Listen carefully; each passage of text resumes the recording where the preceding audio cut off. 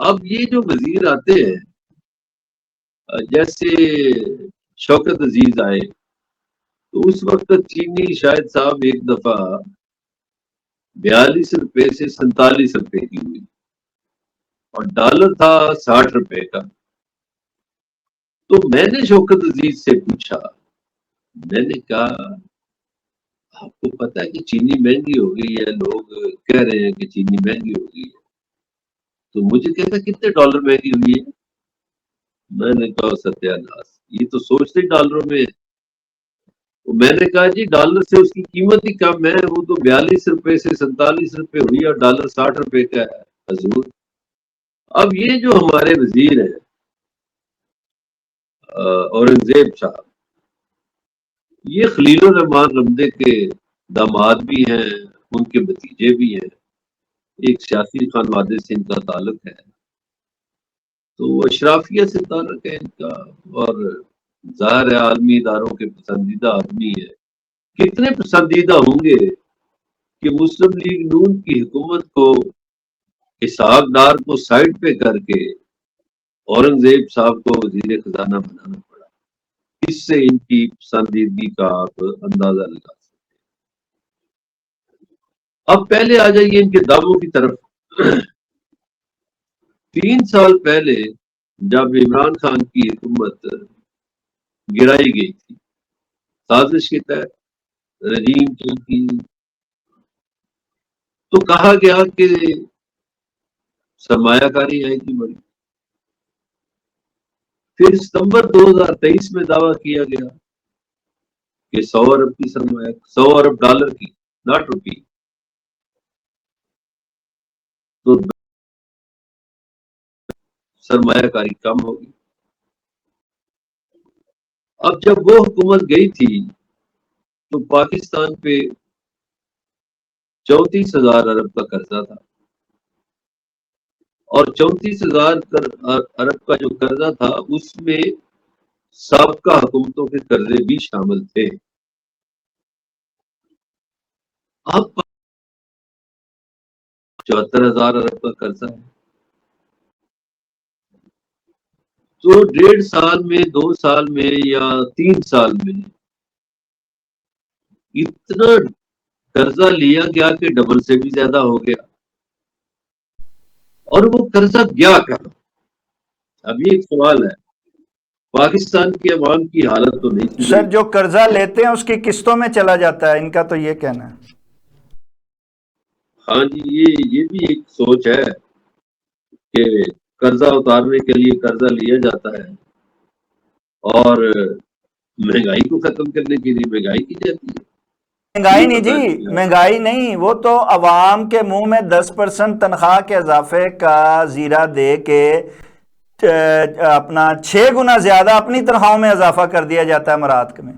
میں شاید صاحب اسی پہ آتا ہوں. میں ابھی تھوڑا سا موازنہ کر رہا ہوں, میں آتا ہوں بالکل اسی پہ.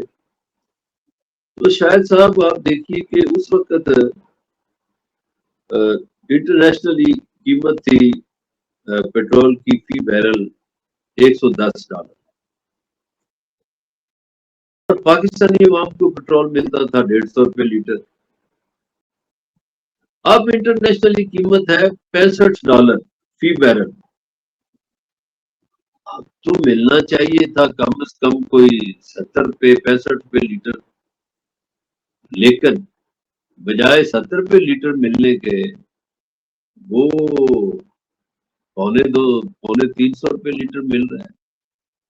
یہ ہے کارکردگی.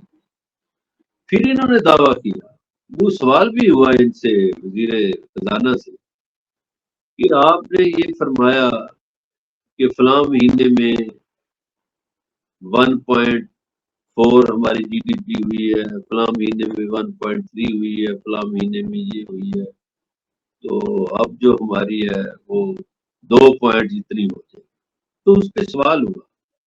انہوں نے کہا کہ دیکھیے یہ جو مالی سال ہے یہ 30 جون کو ختم ہو جائے گا, تو آپ کیسے کہہ سکتے ہیں کہ 20 دنوں میں ہماری جی ڈی پی جو ہے وہ 5% بڑھ جائے گی. 5% بڑھے گی تو اتنی ہوگی. تو اس کا انہوں نے کہا ہاں یہ بات درست ہے، تو مجھے بھی فکر حکومت نے دی ہے، مجھے نہیں پتا۔ اب یہ بیان تھا وزیر خزانہ کا۔ اب آ جائیے اس بجٹ کی طرف، جس کے آنے سے پہلے پاکستان میں اراکین اسمبلی کی تنخواہیں لاکھوں میں بڑھائی گئی، اسپیکر قومی اسمبلی کی، چیئرمین سینٹ کی تنخواہیں بھی بڑھائی گئی۔ پھر آپ دیکھیے کہ ان کی جتنی میٹنگز ہوتی ہیں، یہ تو تنخواہ ہے نا، ہر اجلاس میں انہیں اعزازیہ دیا جاتا ہے روزانہ کی بنیاد پر۔ پھر جتنی ان کی پارلیمانی میٹنگ ہوتی ہے، جی فلانی کمیٹی کی میٹنگ ہے فلانی، اس کا الگ سے الاؤنس ملتا ہے، ہوائی جہاز کے ٹکٹ الگ ملتے ہیں، رہائش کے بل، کھانے کے، بجلی کے، فلاں فلاں، ٹیلی فون کے الگ ملتے ہیں، گاڑیاں الگ ملتی ہیں، سٹاف الگ ملتا ہے، پروٹوکول کی گاڑیاں الگ ہیں۔ اب مجھے بتائیں شاہد ندیم احمد صاحب، کوئی غریب ملک اس طرح کے للے تللے کرتا ہے؟ کوئی مقروض ملک اس طرح کرتا ہے کہ ایک بندہ جا رہا ہے، ساتھ 20 گاڑیاں پروٹوکول کی جا رہی ہیں؟ اور لطیفہ یہ ہے کہ پاکستان میں تحصیلدار کے ساتھ بھی پروٹوکول کی گاڑی چل رہی ہے، اسسٹنٹ کمشنر کے ساتھ بھی پروٹوکول کی گاڑی چل رہی ہے۔ اچھا، ججوں کی تنخواہیں اتنی بھاری ہیں کہ وہ بھاری تنخواہیں پتہ نہیں انہیں انصاف ہی نہیں کرنے دیتی۔ انصاف تو لوگوں کو میسر نہیں۔ اب اپنی تنخواہیں بجٹ سے پہلے بڑھا لی گئی، اور اس پر جب سوال ہوا وزیر خزانہ سے تو انہوں نے فرمایا کہ دیکھیں بڑی مہنگائی ہو گئی ہے اور ان کی تنخواہیں نہیں بڑھی تھیں تو اس لیے بڑھا دی ہے۔ تو بھائی آپ کو اتنا پیار محبت آتا ہے اراکین اسمبلی پہ، تو ان کے نام اس میں وی آئی ایس پی میں بھی شامل کر دیں، تاکہ بے نظیر انکم سپورٹ پروگرام سے بھی ان کو کچھ مل جائے، کوئی خرچہ پانی۔ تو یہ بنیادی طور پر اشرافیہ کا بجٹ ہے۔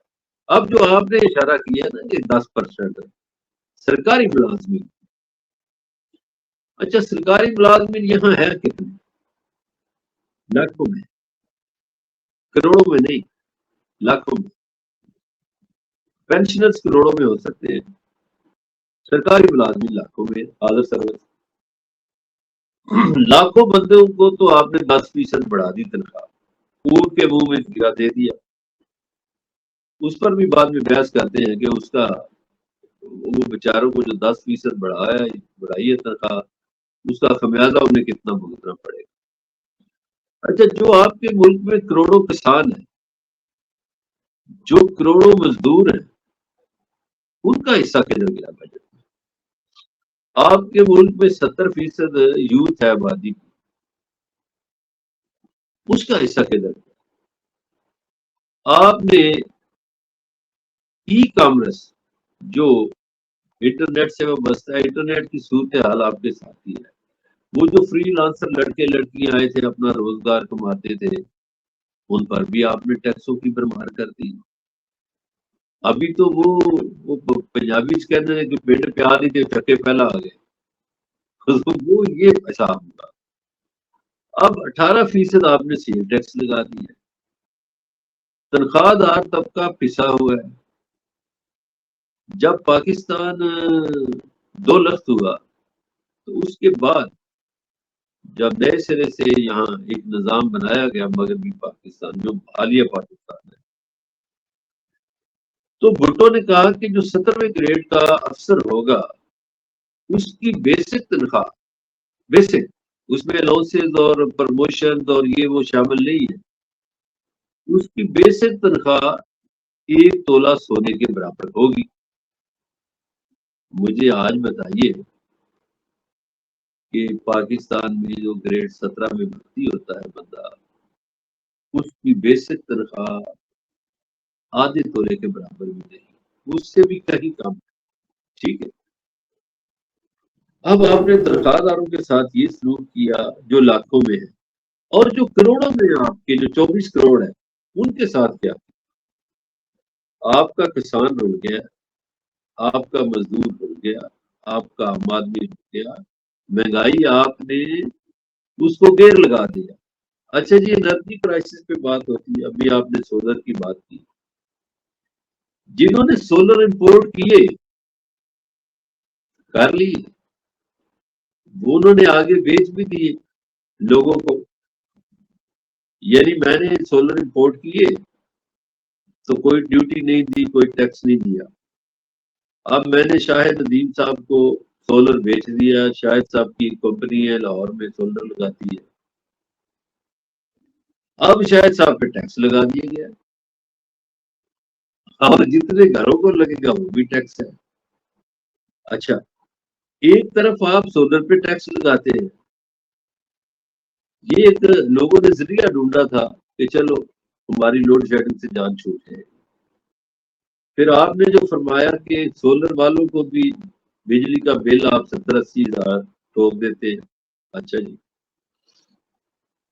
اس سے بھی جو بڑا تماشا ہے وہ یہ ہے کہ آئی پی پیز کو تو کچھ آپ نے کہا نہیں. آپ کی حکومت نے آ کے ان معاہدوں کو ایکسٹینڈ کیا 2031 تک. اور کبھی شاہد صاحب اپنے جو ریسرچر ہیں ان سے کہیے گا وہ نکالے وہ کمپنیاں کس کی ہیں. اور سیدھی سیدھی بات ہے. تو اسی لیے تو وہاں ان تو کے معاہدے لوٹ کینسل نہیں ہو رہے، اور ایسے معاہدے کیے وہاں گئے ہیں تو جو کینسل ہو بھی نہ سکیں. جی ہاں، اور ان کو ایکسٹینڈ بھی کر دی ہے. جی بالکل، جی بالکل. اچھا، وہاں آپ نے جو کمائی کا ذریعہ بنایا ہوا ہے وہ ڈالرز میں، وہ اپنے ملک کے لوگوں کو اس طرح لوٹنا، لوٹ مار کرنا، اور پھر 1-1 ارب ڈالر کے لیے دوسرے ملکوں کے ترلے میٹ کرنا، یہ کہاں کی ناانصاف ہے، کہاں کا انصاف ہے. آپ دیکھیے، اس سے یہ نہیں کہ طاقتور ملک ہے یا کمزور ملک ہے. آپ کا ملک معاشی طور پر بہت کمزور ہو گیا ہے، لیکن جو لوگ جو خود انحصاری پہ یقین رکھتے ہیں نا. میں آپ کو ایک مثال دیتا ہوں.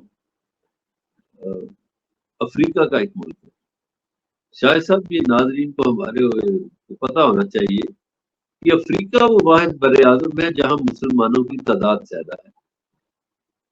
55% مسلمان ہیں بر اعظم افریقہ میں، اور 45% دوسرے لوگ ہیں.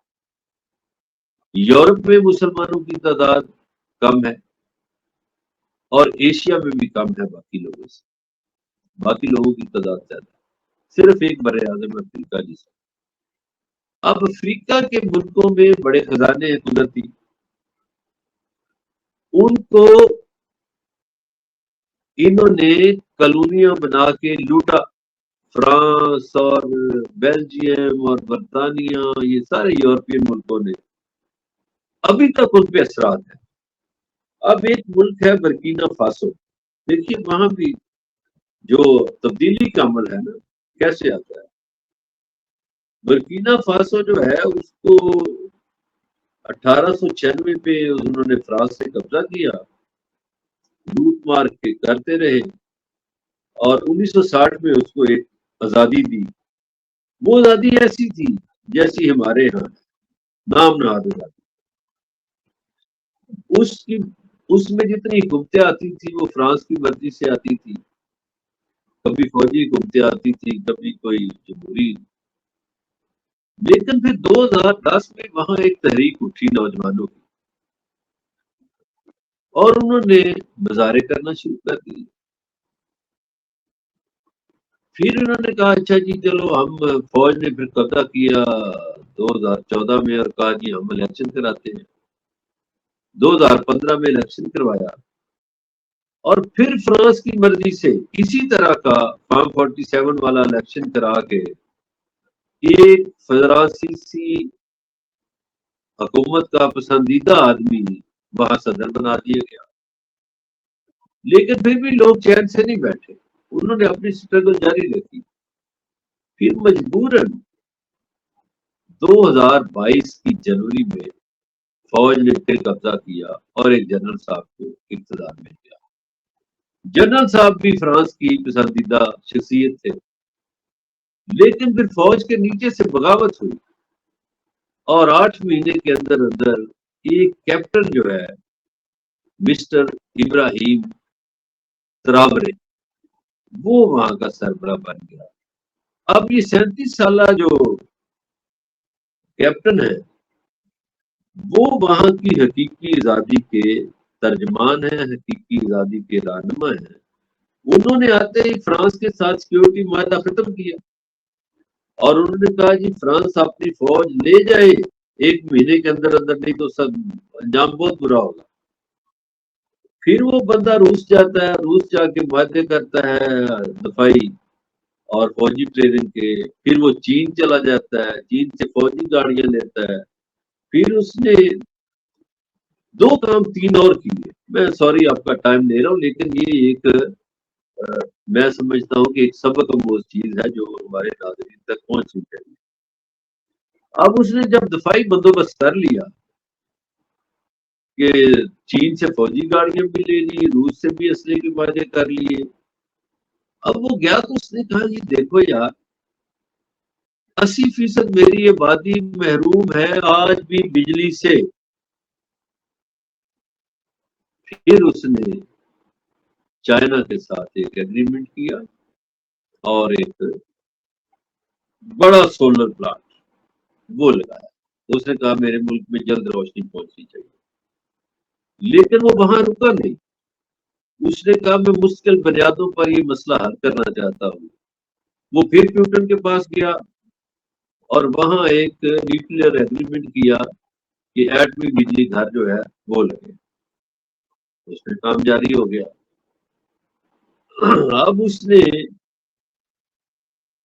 وہاں سونے کے ذخائر ہیں. فرانس کی کمپنیاں وہاں سے سونا تو نکالتی تھی لیکن سونے کی ریفائنری کوئی نہیں بنائی تھی.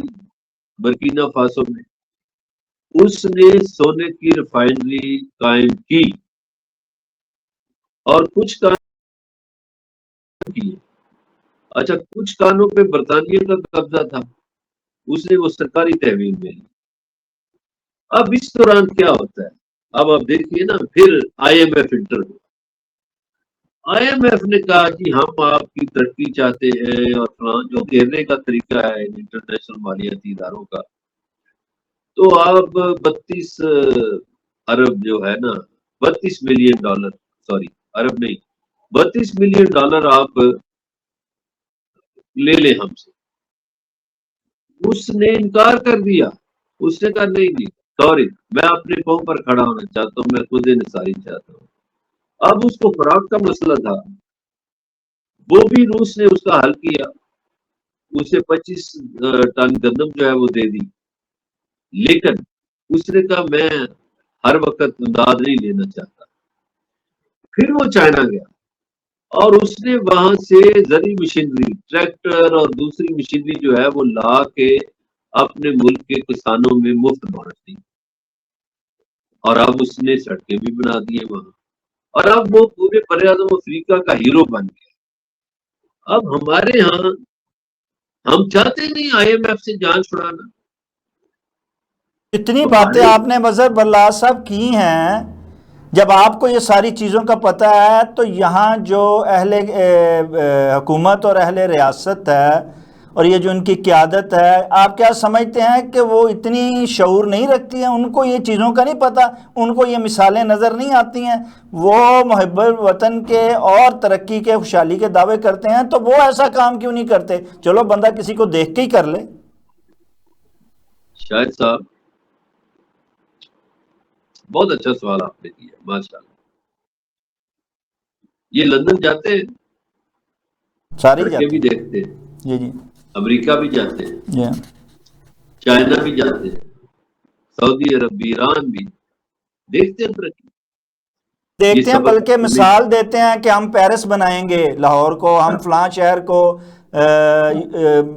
کئی شہروں سے تشبیہ دیتے ہیں باہر کے. جی ہاں جی جی زیادہ پیرس سے دیتے ہیں، صحیح کہا آپ نے. اب یہ سب کچھ دیکھتے ہیں، ان کی سوچ دیکھیے کہ یہ آج تک اپنے ملک میں ایسا ہسپتال نہیں بنا سکے جہاں ان کا علاج ہو سکے. یہ اپنی رہائش گاہیں لندن میں رکھتے ہیں، یہاں نہیں بناتے. یہاں تو لوٹ مار کرنے آتے ہیں. پاکستان کا سب سے بڑا المیہ یہ ہے جی جی شاہد صاحب کہ پاکستان میں بڑے عہدیدار جو ہیں وہ ذاتی مفاد کو ترجیح دیتے ہیں قومی مفاد پر۔ اب مجھے یہ بتائیں کہ مجھے ایک واقعہ یاد آ رہا ہے کہ دبئی میں مذاکرات ہو رہے تھے IMF سے پاکستانی ڈیلیگیشن کے، تو اس میں سے ایک افسر نے ہمیں بتایا، اس نے کہا کہ دوسرے تیسرے دن نا ایسے چائے شائے پہ جب وقفہ ہوا تو وہ ایک IMF کا آدمی مجھے کہنے لگا کہ یار آپ کی جو لباس اور ٹھاٹ باٹ ہے اس سے تو لگتا ہے کہ ہم آپ سے قرضہ لینے آئے ہوئے ہیں، آپ نہیں قرضہ لینے آئے۔ تو اس نے کہا جی کیوں؟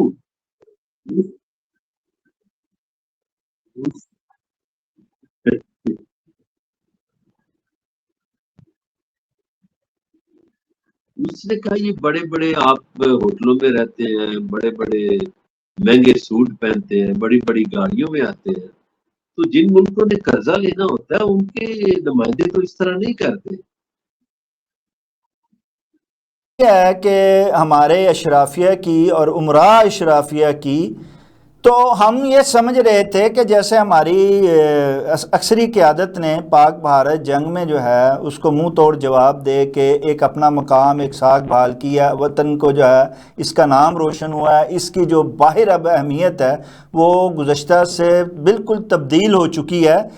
اب میدان سجا تھا سفارتی، اس سفارتی میدان میں انہوں نے جو ڈیلیگیشن بھیجا اس کی قیادت جناب محترم بڑے ہی سابق وزیر خارجہ جناب بلاول بھٹو زرداری صاحب کے کندھوں پہ ڈالی، اور عام تاثر تھا کہ وہ جناب بھٹو اور بے نظیر کے جو ہیں ولی عہد ہوتے ہوئے بڑا کوئی بہت بڑا کارنامہ سر انجام دیں گے۔ آپ کیا سمجھتے ہیں کہ سفارتی جنگ میں وہ کہاں تک کامیابی انہوں نے حاصل کی ہے، اور کیا وہ کوئی ایسی کامیابی آگے حاصل کر پائیں گے کہ بھارت اور پاکستان مذاکرات کے میز پر آئیں اور اپنے معاملات کو حل کر کے آگے بڑھیں؟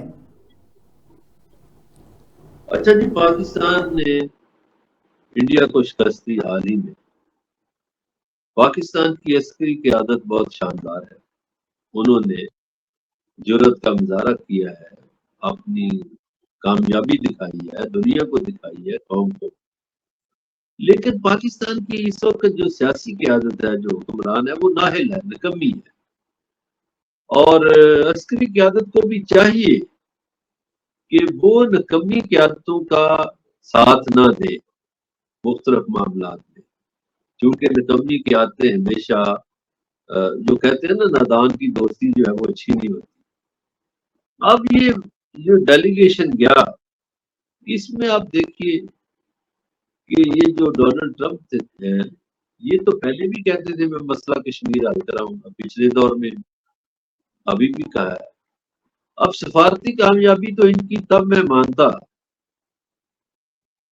کہ سندھ طاس معاہدہ بحال ہو جاتا، پاکستان کے دریاؤں کا رکا ہوا پانی چل پڑتا۔ یہ سیاسی سفارتکاری، مجھے تو سفارتکاری سے زیادہ یہ پکنک لگتی ہے، اور ان کی تصویریں میں زرداری کا اپنا بیان پریس کانفرنس میں بتا رہا ہے کہ نریندر مودی جو ہیں وہ کسی طور پر بھی تیار نہیں ہیں مذاکرات کے لیے، وہ تو پارٹ 2 کھیلنا چاہتے ہیں۔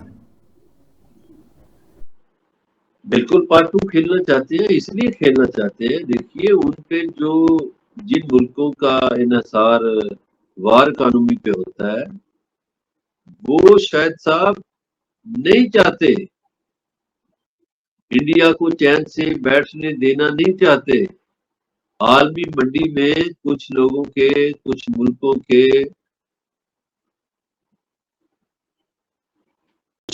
کے، اسلحے کی قیمت گر گئی ہے، عالمی منڈی میں کچھ ملکوں کے اسلحے کو مندی کا سامنا ہے۔ وہ کیوں چاہیں گے کہ انڈیا چین سے بیٹھے؟ وہ مودی سے حماقت کرائیں گے، نمبر ایک۔ دوسرا، مودی کے سامنے بی جے پی کی سیاسی لاش پڑی ہے، مودی اس کو نہیں افورڈ کرتا کہ وہ سیاسی لاش سامنے رہے، تو مودی سے وہ حماقت ضرور کروائیں گے۔ اب پاکستان جو ہے اس کی یہ جو ڈیلیگیشن ہے، مجھے تو اس کی سمجھ نہیں آتی، میں تصویریں ان کی دیکھتا ہوں، کامیابی تو ابھی ہوئی نہیں۔ کامیابی تو تب ہے کہ آپ دریاؤں کا پانی کھول دیتے، اس کو ایگری کرواتے، مسئلہ کشمیر پر بھی ایگری کرواتے، لیکن وہ نہیں ہوا۔ اب ہمارے جو وزیر اعظم صاحب ہیں وہ ہر دوسرے تیسرے دن پتہ نہیں کس کو خوش کرنے کے لیے یہ بیان داغ دیتے ہیں، ہم نے 1971 کا بدلہ لے لیا 1971۔ اور بھائی 1971 کا بدلہ کیسے لے لیا؟ 1971 میں انہوں نے آپ کا ملک توڑا تھا، 2 لفظ کیا تھا۔ کیا آپ نے کشمیر لے لیا ہے؟ کیا آپ نے خالصتان بنا دیا ہے؟ کیا آپ نے ان کی 7 سسٹرز کو الگ کر دیا؟ پھر تو ہم سمجھے کہ 71 کا بدلہ لے لیا ہے۔ اور کیا آپ نے ان کے 90,000 فوجیوں کو قید کر لیے؟ پھر ہم مانیں گے نا۔ نہ آپ نے کشمیر لیا، نہ خالصتان بنا، وہ آپ کیسے کہہ سکتے ہیں کہ آپ نے بدلہ لے لیا؟ ٹھیک ہے، ہم نے فتح حاصل کی، ہم مانتے ہیں، ہماری فوج نے بالکل فتح حاصل کی۔ فوج نے یہ نہیں کہا کہ ہم نے بدلہ لے لیا۔ یہ جو سیاستدان ہیں، یہ جو ٹی سی پروگرام ہے، اس کے تحت پتہ نہیں یہ کیا کچھ کہہ جاتے ہیں۔ اور خیر یہ تو ڈیزائن بھی ویسے نواز شریف یہ تو ان کا تو یہ سلسلہ جو ہے وہ تو اب عوام بھی اچھی طرح جان چکی ہے، اور عسکری قیادت بھی بخوبی طور پہ اب ان کی اہلیت اور صلاحیت جو ہے وہ ان کے سامنے آ رہی ہے۔ اور میرا خیال ہے جیسے آپ نے کہا کہ ان کو سوچنا چاہیے کہ ان ازماؤں کو کب تک اور اس نظام کو کب تک جو ہے وہ آسرا دیتے رہیں گے اور اس کا بوجھ اٹھاتے رہیں گے۔ لیکن آپ نے گزشتہ پروگرام میں دعویٰ کیا تھا کہ نہ صرف پس پردہ اپوزیشن قیادت سے مذاکرات ہو چکے ہیں، بلکہ اس عید پر آپ دگنی خوشی دیکھیں گے، 2 خوشیاں دیکھیں گے۔ نہ وہ مظہر اللہ صاحب خوشی نظر آئی، اور نہ ہی وہ مذاکرات جس کی آپ کہہ رہے تھے کہ جو بیل ہے وہ منڈیر چڑھ گئی ہے اور اس حکومت کو پتہ بھی نہیں ہے، نہ وہ منڈیر چڑھی۔ بالکل ٹھیک ہے، میں اس کی وضاحت کرتا ہوں۔ جی جی بالکل مذاکرات ہوئے تھے، اور مذاکرات میں جو باتیں ہوئی تھی ان میں کچھ باتوں پر عمل ہوا۔ مثلا اس بات پر عمل ہوا کہ پی ٹی آئی کے جو لوگ رہا ہوئے ہیں ان پہ نیا مقدمہ نہیں بنے۔ اس کی مثال عباد فاروق اور اکرم عثمان ہے۔ پھر یہ بات بھی طے ہوئی تھی کہ پی ٹی آئی کو لیول پلینگ فیلڈ دیا جائے گا۔ سمبڑیال میں انہوں نے کمپین کی، جلسے کیے، جلوس نکالے، ریلیاں نکالی، ترانے گائے، تصویریں لگی۔ ورنہ پچھلے 3 سال پی ٹی آئی کا جلسہ پنجاب میں جرم تھا، پی ٹی آئی کی ریلی پنجاب میں جرم تھی، پی ٹی آئی کا پرچم لہرانا پنجاب میں جرم تھا۔ یہ چیزیں جرم تھی، کمپین بھی ہوئی۔ پھر خان صاحب کی ملاقاتیں بند تھیں، وہ انہی مذاکرات کے تحت ملاقاتوں کا سلسلہ بحال ہوا۔ 2 باتیں ایسی تھیں جن پر عمل درآمد نہ ہو سکا، جس کی وجہ سے یہ بات بگڑی۔ اچھا، اس سے پہلے میں ایک اور چیز بتا دوں۔ انہی مذاکرات کے تحت 5 جون کی تاریخ بھی مقرر ہوئی، جو ایک عرصے سے مقرر نہیں ہو رہی تھی۔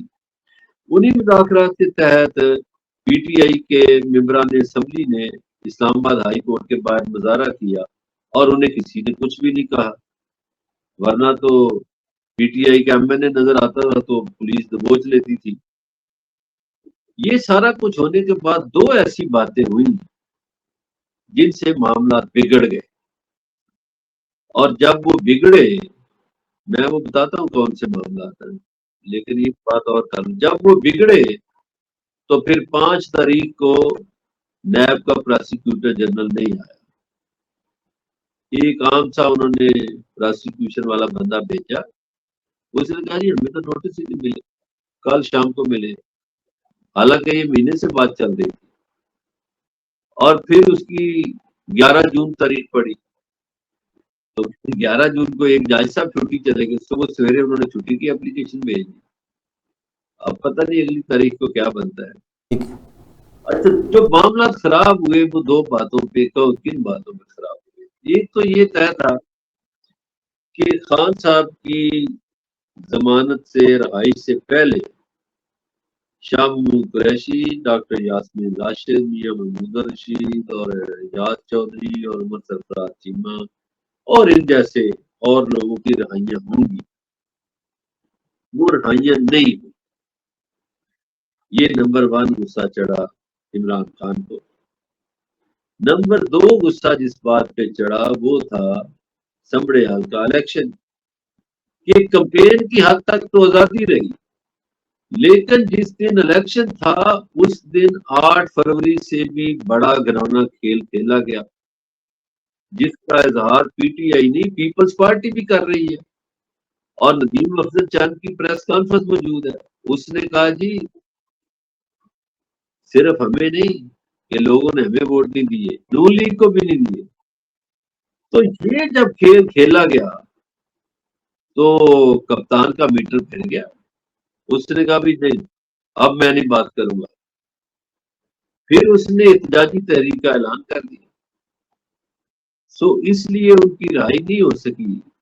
آج بھی احتجاجی تحریک کے اعلان کے ساتھ اب بھی انہوں نے ایک تھوڑی کھڑکی کھلی رکھی ہوئی ہے کہ اگر کسی نے بات کرنی ہے تو وہ سلمان اکرم راجہ یا عمر ایوب سے بات کرے، اگر کسی نے کرنی ہے، ورنہ بات ہو رہی ہے۔ اور کیا آگے جو معاملات بگڑے تھے دوبارہ جو ہے وہ سدھریں گے، اور کیا آپ سمجھتے ہیں کہ جلد کوئی رہائی جو ہے وہ ممکن ہو پائے گی؟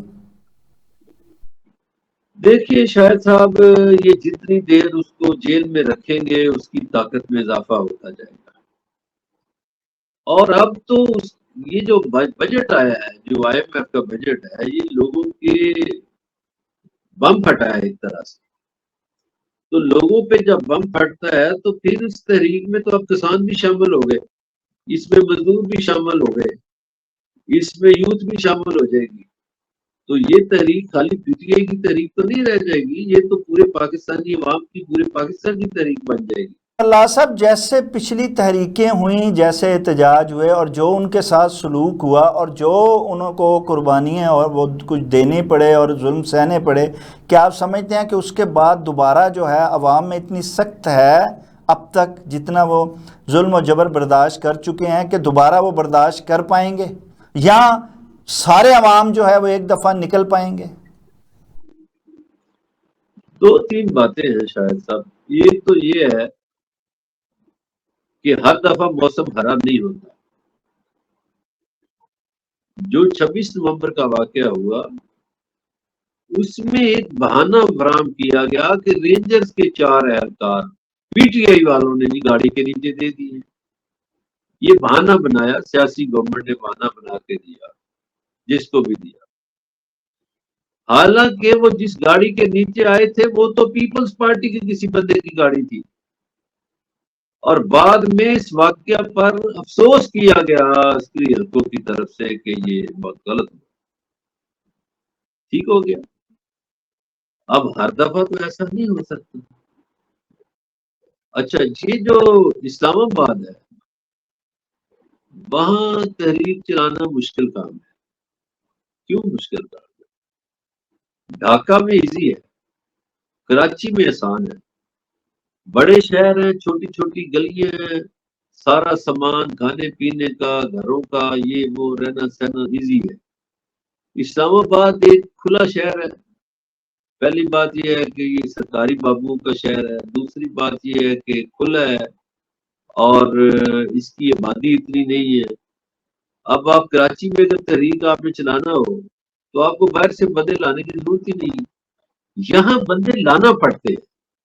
اب جب بندے لانا پڑتے ہیں تو پھر حکومت کے پاس اسٹریٹجی ہوتی ہے کہ واٹر پول کو بھی روک دیتی ہے، ادھر جیلم اور چناب کے پل کو روک دیتی ہے، ادھر موٹر وے کو روک دیتی ہے، اسلام آباد میں آئے ہی کوئی نہ۔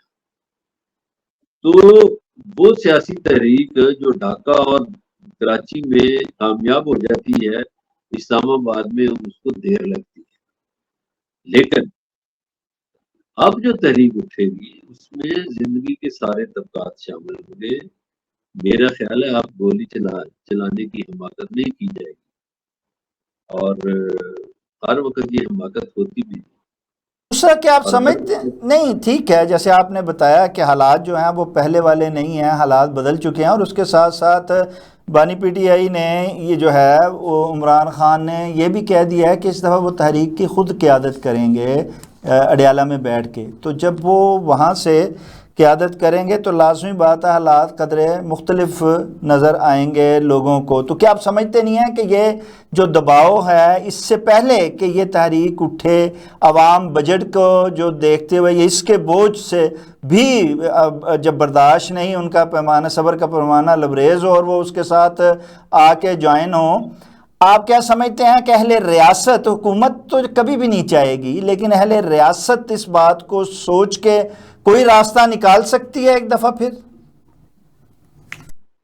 بالکل راستہ نکل سکتا ہے، لیکن اہل ریاست کو اہل حکومت جا کے کہتے ہیں وہ جی کوئی بات ہی نہیں جی، پی ٹی آئی میں جان ہی نہیں جی، کوئی طاقت نہیں ہے. جیسا کہ الیکشن سے پہلے یہ کہتے تھے، اہل ریاست کو کہتے تھے کہ خان صاحب 2 دن جیل برداشت نہیں کر سکیں گے. اہل ریاست کو کہتے تھے کہ پی ٹی آئی ختم شد. انہوں نے بہت کچھ کہا، تو خان صاحب تو 2 دن کیا 2 سال ہو گئے جیل میں. اور کہ بہت سارے ادارے ہیں جو ان کو خبریں دیتے ہیں، وہ ان کو تو ہر چیز کی پہلے سے جو ہے وہ ریالٹی جو ہے ان کے سامنے ہوتی ہے کہ گراؤنڈ پہ کیا ہو رہا ہے اور کیا ہونے والا ہے، اور وہ ان کے مطابق بلکہ گراؤنڈ چلتا ہے اور گیم چلتی ہے اور میچ ہوتا ہے اور کس نے جیتنا ہے کس نے ہارنا ہے. تو پھر یہ آپ کیسے مظہر اللہ صاحب آپ کہہ رہے ہیں کہ جی وہ ان کے کہنے پہ چلتے ہیں یا ان کی انفارمیشن پہ وہ کہتے ہیں اچھا جی یہاں بلیو کرتے ہوں گے؟ اس میں مجھے ایک قصہ یاد آ رہا ہے شاہد صاحب، اس سادگی پہ کون نہ مر جائے ہے خدا. جو ہے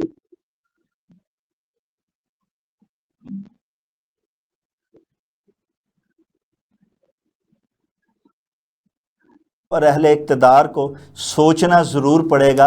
حالات پہلے جیسے نہیں رہے ہیں، حالات بدل رہے ہیں، عوام کے صبر کا پیمانہ لبریز ہو رہا ہے اور ہمیں عوام کی نبض پر جو ہے ہاتھ رکھتے ہوئے سوچنا ہوگا، فیصلوں کو بدلنا ہوگا اور آگے بڑھنا ہوگا. ناظرین اس کے ساتھ ہی پروگرام کا وقت ختم ہوا چاہتا ہے. اپنے میزبان شاہ ندیم احمد کو اجازت دیجیے. آپ کا، ہمارا، ہم سب کا اللہ نگہبان.